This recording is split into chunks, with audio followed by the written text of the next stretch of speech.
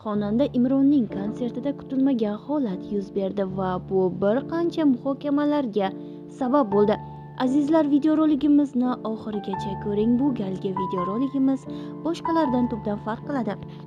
Mashhur xonanda Imron o'zining navbatdagi konsertida muxlislarini nafaqat ijrosi, balki saxovati bilan ham hayratda soldi. Ijtimoiy tarmoqlarda tarqalgan videoda ko'rinishicha, konsert davomida sahnaga yaqinlashgan muxlislarga Imron hech qanday izohsiz o'zgacha sovg'a taqdim etdi. U qo'lida taqib turgan $20,000 soatini yechib unga berdi. Ushbu holat sahnadagi tabassumlar, muxlislarning hayajoni va quvonchi bilan davom etdi. Tomoshabinlar ham buni katta qiziqish va e'tirof bilan qarshi olishdi.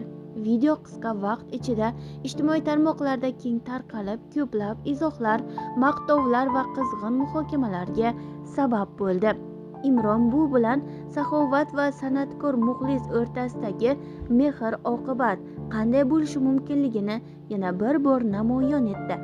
Ayni damda xonandaning ushbu harakati trend mavzuga aylangan deyiladi xabarda.